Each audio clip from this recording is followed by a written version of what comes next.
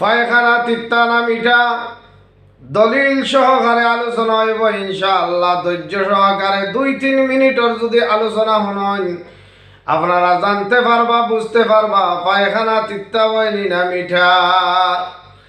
আমরার ইমাম সর্বশ্রেষ্ঠ ইমাম, 4 মযহবের ইমামের মধ্যে বড় ইমাম আমরার ইমাম ইমামে আজম আবু হানিফা রাহমাতুল্লাহ আলাইহি। আমরা বালা করে জানি ইমামে আজম আবু হানিফা রাহমাতুল্লাহ আলাইহির রাগ আসিল না, রাগ করতা না, বড় ধৈর্যশীল এক ব্যক্তি আসলা।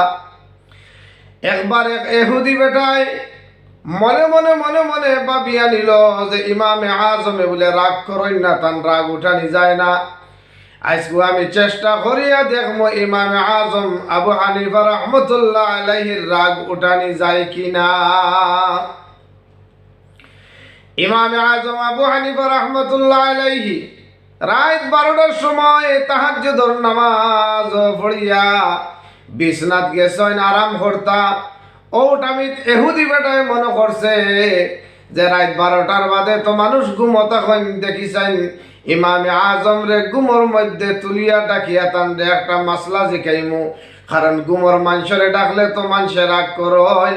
দেখমু ইমামে আজম আবু হানিফার রাগ উঠাইতাম পারি কিনা। কারণ দুনিয়ার মানুষ ইমামে আজম আবু হানিফা রাহমাতুল্লাহ আলাইহির রাগ উঠালি যায় না, রাগ করেন না, বড় ধৈর্যশীল ব্যক্তি।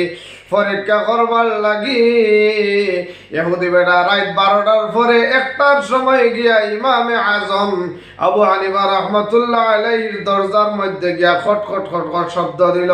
ইমামে আজমে কইলা খেরে বা বলে আমি একজন মুসাফির মানুষ, আমি একজন পথিক, আমি আপনার একটা মাসআলা জিজ্ঞাসা করবার লাগি আইছিলাম।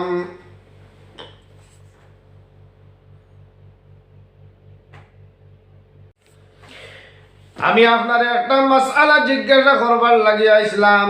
শোনার লগে লগে ইমামে আজম আবু হানিফা রাহমাতুল্লাহ আলাইহি দরজা খুলিয়া দিয়া কইলা ওয়েলকাম, কাম হেয়ার, আসো বসো এবং তোমার প্রশ্নটা কি সেইটা বলো। ইমামে আজমে দরজা খুলে দিলেন।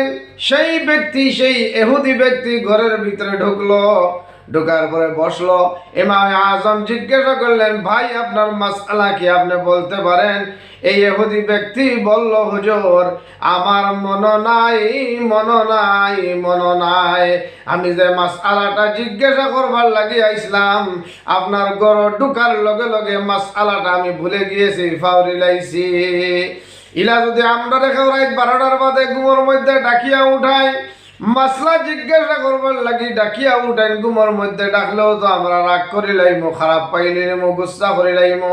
এর বাদেও যদি আমরা উঠি দরজা খুলিয়া দেই, এর বাদে যদি বেটা কয় হুজুর মাসলাটা ফাউরি লাইছে, কইনচাইন খান বেরিয়ে একটা তাপ্পড় মারমু কি মারমু না। কিন্তু ইমামে আজম আবু হানিফা রাহমাতুল্লাহ আলাইহি তারে গালি আইলা না, রাগ করলা না, খারাপ ব্যবহার করলা না। কইলা ভাই যাও, যখন তোমার মাসআলা মনে হবে, যে সময় তোমার মাসআলা মনে হইব, তুমি আবার আইয়া জিজ্ঞাসা করিয়া, আমার কোনো অসুবিধা নাই। এহুদি বেটায় মনে মনে চিন্তা করে, আসলে তো আমি মাসলা জিকানিত আইছি না, তান ঘুম নষ্ট করলে রাগ উঠবো, আর দেখতাম তান রাগ উঠানি যায় কিনা। মানুষে কইন তান রাগ উঠানি যায় না। প্রথমবার তানরে ডাকলাম, ডাকার বাদে তাই দরজা খুলিয়া দিলাম, মাসলা আমারে জিকাইলা, আমি মাসলা ফাউরি লিছি কইলাম, এর বাদেও রাগ করলা না। এখন আবার আমারে কইরা যাও, তোমার যদি মাসআলা মনে হয় আবার ঘুরিয়া আইও। ভাবে তানরে রাগ গুসা উঠাইবার লাগিয়া পরীক্ষা করবার লাগে, রাগ উঠানি যায় কি যায় না। একবার, দুইবার, তিনবার ওলা ডাকাডাকি করলো, কিন্তু দেখা গেল ইমামে আজম আবু হানিফা রাহমাতুল্লাহ আলাইহি বিলকুল রাগ করেন না। আবার রাত 4টার সময় আইলো। রাত 4টার সময় দরজার মধ্যে খটখট ছটখট শব্দ করে ইমামে আজম আবু হানিফা রাহমাতুল্লাহ আলাইহি দরজা খুলিয়া দিয়া কন, প্লিজ কাম হেয়ার, ওয়েলকাম, স্বাগতম, আসতে পারো, তোমার মাসলাটা কি আছিল জিজ্ঞাসা করতে পারো। এইবার সে দেখলো একবার দুইবার তিনবার ঘুম নষ্ট করে দিলাম, রাগ উঠাইতে পারলাম না, এইবার তো আর বাটপারি করলে চলবে না, এইবার তো নিশ্চয় কোনো একটা প্রশ্ন করতে হবে। আমার ভাইয়েরা, ভাবারা, আমার মা বোনেরা, এইবার বাটপারের প্রশ্নটা শুনিয়া দেখেন, প্রশ্নটা এইভাবে বানায়া নিল পরীক্ষা করার জন্য। প্রশ্নটা করলো, মাসআলাটা জিজ্ঞাসা করলো, বলল, ইমামে আজম আবু হানিফা রাহমাতুল্লাহ আলাইহি, আমার মাসআলাটা মনে হয়ে গিয়েছে, বলে এবার বলো তোমার মাসআলাটা কি? বলে আমার মাসআলাটা হলো গো, আমার মাসআলা হলো, আমার প্রশ্ন হলো, পায়খানা তিতা হয় না মিঠা?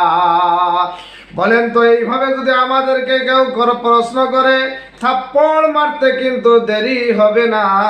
ইমামে আজম রাগ করলেন না, গুসা করলেন না, তার প্রশ্নের জবাবে বললেন, পায়খানা যতক্ষণ কাঁচা থাকে ততক্ষণ পায়খানা মিঠা থাকে, পায়খানা শুকায়া গেলে তিতা হয়ে যায়।